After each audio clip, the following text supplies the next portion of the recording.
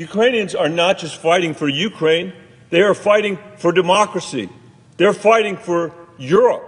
They're fighting for freedom. They're fighting for the international order that we created, that we led after the Second World War.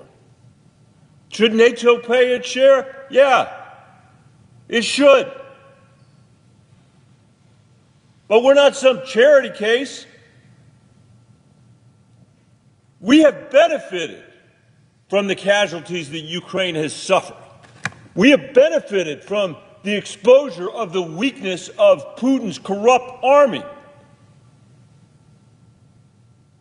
We have benefited from Xi Jinping's new knowledge that if a dictator tries to invade another country, the free world will stand together until Donald Trump became president of the United States.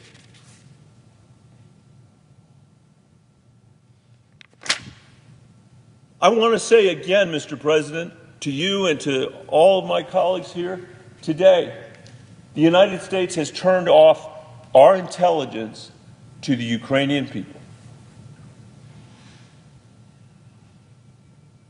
They are not in retreat. They are on the front lines of this war today, in the middle of winter, on the steppes of Europe, where 16 million people were killed by Hitler and Stalin.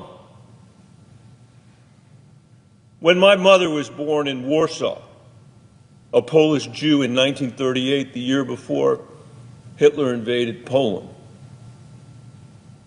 and we've turned off their intelligence? They're killing more Russians there every month than they were 6 months ago. I want us to avow, as Ronald Reagan proclaimed 40 years ago, that freedom is America's core and that we must never deny or forsake it. That is what we risk today, Mr. President, by withdrawing our support for Ukraine, allowing the President to promulgate falsehood after falsehood about who started this war and what's going on with this war. If we abandon Ukraine, we're going to abandon the core of who we are.